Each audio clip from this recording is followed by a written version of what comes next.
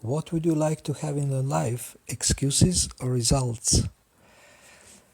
This mini course will help you to reinforce your determination to become fixed in devotional service and thus get free from various excuses that obstruct your success.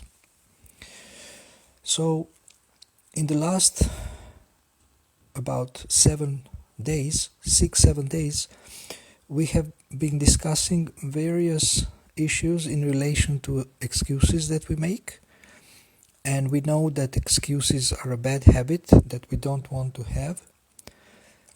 So today's topic in relation to excuses is excuses for not preaching. In one seminar that I had in Belgrade, in Serbia, I asked devotees to give me reasons or excuses why they do not preach, or why we do not preach, or the excuses that they have seen in speaking to other devotees. So whether they make these excuses or they have heard that somebody else make these excuses. So they have come up with 18 excuses, and in today's session, I want to read them to you and discuss them a little bit. So, I don't know if you have had experience of preaching, if you have find some pleasure in it, if you have seen the wonderful effects that preaching has on others and on you. I often say that preaching is the greatest happiness, and the best preaching is a happy devotee. So Srila Prabhupada, one devotee has compiled a book of Srila Prabhupada's quotes about preaching called Preaching is the Essence. Preaching is the Essence was one of the 4 slogans that Srila Prabhupada approved. Books are the basis, preaching is the essence, purity is the force, and utility is the principle. So these are like 4 guidelines for our practical daily life. And of course, preaching is the essence is something that concerns us in this discussion, that Srila Prabhupada valued preaching so much that he spent all of his time preaching in one way or the other. So as followers of Srila Prabhupada, we want to follow in his footsteps, and we want to eliminate all the obstacles to preaching, and of course our own internal reasons why we don't preach, and we call them excuses, is good to identify and to eliminate. Okay, number 1, I do not have enough knowledge. So well, you know more than people who don't know as much as you do about Krishna consciousness, about the Vedic philosophy. So you can teach those who know less than you. You can share your knowledge. So maybe you don't have enough knowledge, but you have enough knowledge to start. And of course, you can learn as you go. You can read more and more. You can take Bhakti Shastri courses or various other courses, Bhagavad Gita courses. And you can learn more and more. But this is not the reason to not preach, even if you don't know so much. Who am I to preach? Well, you could be someone who is, aware of the value of the spiritual knowledge or transcendental knowledge, and you want to act as an instrument. You don't think that because you are preaching, you are proud, you are puffed up, you are putting yourselves above other people. You're just a servant, an instrument in Lord's hands, and you want to bring out the message for the benefit of all people. I have no time. I don't believe that. If you have time to surf the YouTube or internet, look at the screen most of the day, I'm sure you can find 1 hour a day or half an hour a day to preach to someone in one way or the other. There is many ways one can do that. World belongs to the young people. Oh, so that means you are too old. Well, Srila Prabhupada started when he was 69. I mean, he was preaching practically his whole life, but he actually started preaching in the West or around the world. He went on a Jaladuta ship and traveled for 2 months to the United States, and so he started when he was 69.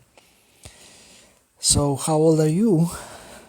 And why do you think only young people can actually preach? I am bad in self-management or time management. Oh, don't worry, I can help you with that. Please contact me. I'm coaching people about their time management for the past 18 years, so I can help you to find time to preach. I have no good sadhana. Oh, this is a great opportunity to have good sadhana. If you start to preach about sadhana, then you will feel obliged to be a good example yourself, and this will also help you with your own sadhana. I am lazy, but time passes quickly. I am lazy and time passes quickly. So what is the remedy for laziness? I always recommend that remedy for laziness is inspiration. If you are inspired, then you will never be lazy.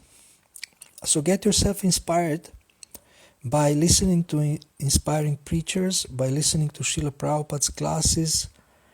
There is so many audio recordings, by reading Srila Prabhupada's books and books of his bona fide followers, and you will be inspired and you will not be lazy. You will actually want to get active. I am anemic.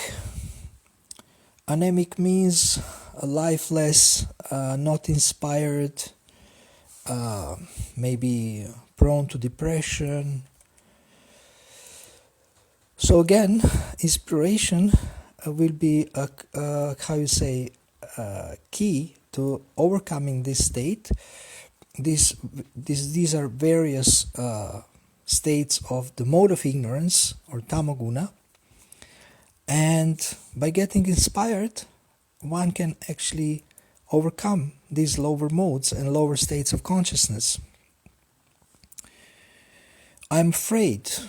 You are afraid of what? What can happen if you preach? You are afraid that you will not be successful, or that people will not accept it, or that you will get confused. Well, when you start preaching, definitely there will be some mistakes, and there will be situations where you are not sure how to respond, but nothing can replace experience. By getting experienced, by sometimes making mistakes, by sometimes being unsuccessful, we can learn to preach and develop even greater determination to preach. So there is nothing to be afraid of, because when one is preaching, he is acting as an instrument in Lord's hands, and he can be very, very successful and very happy doing it. My parents obstruct me. How your parents can stop your preaching? This is not possible. You can give me some examples of how your parents stop you for preaching. You are not with your parents 24 hours a day, so when you are not with them, you can always find someone to give them a book, to give them prasadam, to invite them to the program. Online also, you can invite people. Your parents don't monitor, unless you are minor age, they don't monitor your online activities, so you can preach online. And there is so many ways to preach, so they cannot stop you. I am waiting for a sign from Krishna to start. That's great. Now I'm telling you, I'm giving you a sign from Krishna to start right now, making a plan how you are going to preach for the rest of your life. Lack of integrity. Lack of integrity means that you don't practice what you preach. This is a very important point. I'm very happy somebody brought it up in our brainstorming in Belgrade. Yes, this is very important. Achar prachar, one has to actually practice what he preaches, and whatever we preach, we need to practice. We need to demonstrate in our everyday life, and in this way be a great inspiration for people by backing up the words we say with our action. So we need to develop integrity. When I lived in the temple, I had a better sadhana. That's fine. Now maybe you don't live in the temple, but you can still discipline yourself. For example, you can have a devotee who rings you, devotee who has a good sadhana. They ring you in the morning, they wake you up. You can set an alarm clock. You can report about your sadhana to some of your friends or your coach or your mentor, and they can monitor your sadhana, and in this way you become more accountable and more focused on your sadhana. Also, there is so many ways you can have good sadhana even if you live outside. I am not qualified enough. In the beginning, no one is very qualified, but as you do it and as you learn as you go, learn by mistakes, learn by successes, then you can become more and more capable of preaching. So nobody is qualified in the beginning. I'm running around making money. I need training, association, and a coach. That's fine. This is also available. You can associate with inspired preachers. You can get training about various aspects of preaching. You can learn from those who have experience, who have developed an expertise and great enthusiasm. You can also get coaching in relation to preaching. I can help you with that too. So there is so much help available to develop our preaching. I'm running around making money. Even while making money, you can preach, you can give people prasadam, you can give people Gauranga stickers, you can use your money to support preaching. So making money can be helpful for preaching. You're meeting a lot of people, you are maybe selling something to a lot of people, you can give them books. I know a devotee from Belgrade who is an artist. He sells his own paintings. He goes door to door, and whoever buys his paintings, which have a certain price, which is definitely bigger than Srila Prabhupada's books, then he gives them as a gift a small book by Srila Prabhupada. So many of his clients and customers have gotten Srila Prabhupada's books because he has been selling his paintings for the past 20-30 years, and he has distributed as many books as he has distributing paintings. So he's making money, but he's always giving books, and this is a nice way to preach. It is hard to preach in front of many people. Okay, my dear friend, if it's hard to preach in front of many people, then you can preach in front of few people or in front of one person. This is also not a very strong excuse. You don't have to speak to 200 people, to thousands of people. You can speak to few people, and that will be very, very, very, very valuable. And the last one, number 18, I am waiting for second initiation. Now you don't have to even have a first initiation in order to preach. I know so many devotees who started preaching when they were not initiated, and they were very successful, very inspired, very enthusiastic. You don't have to finish Bhakti Shastra in order to preach, although I recommend it, it's helpful, but still you can preach whatever you know to people who know much less than you. So there is a wonderful opportunity to preach even if you are not second initiated. Even if you are not first initiated, what to speak of second initiation? So this was a quick overview of various excuses that we have for not preaching, and probably you have more of them. If you like, you can write them down in the comment section. If you're bold, if you're brave, courageous. And I hope this will help you. If you want this list, I can send it to you. I have it in a Word file, or I can send you as a text, or maybe I can just publish it in the comment section so you can copy paste and save it and read it.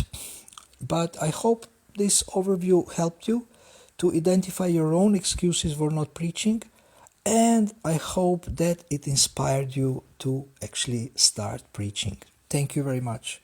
Hare Krishna.